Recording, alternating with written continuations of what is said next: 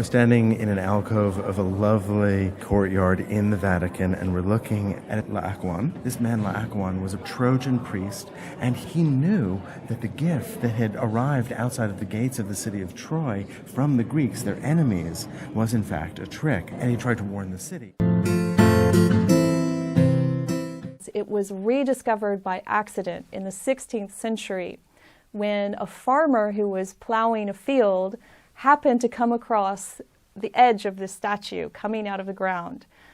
At the time, in the 16th century, people were very interested in antiquities, and they would have been really interested in knowing what this statue would look like.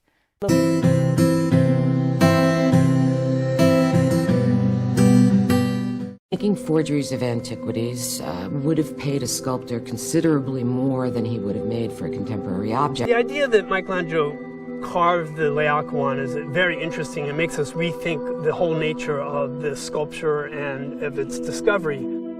He was responsible, Michelangelo, that is, for helping to put it back together.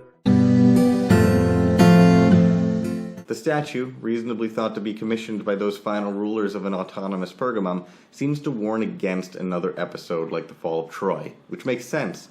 Rome was founded by Aeneas, a Trojan who fled the burning city of Troy to start a new civilization in Italy. So, knowing that their artistic heritage would be inherited by the Romans, they commissioned a statue as a warning about how great civilizations fall.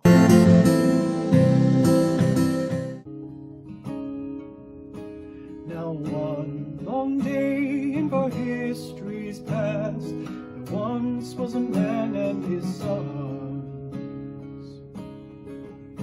They did what was right in their own mortal eyes. The gods oft have different opinions.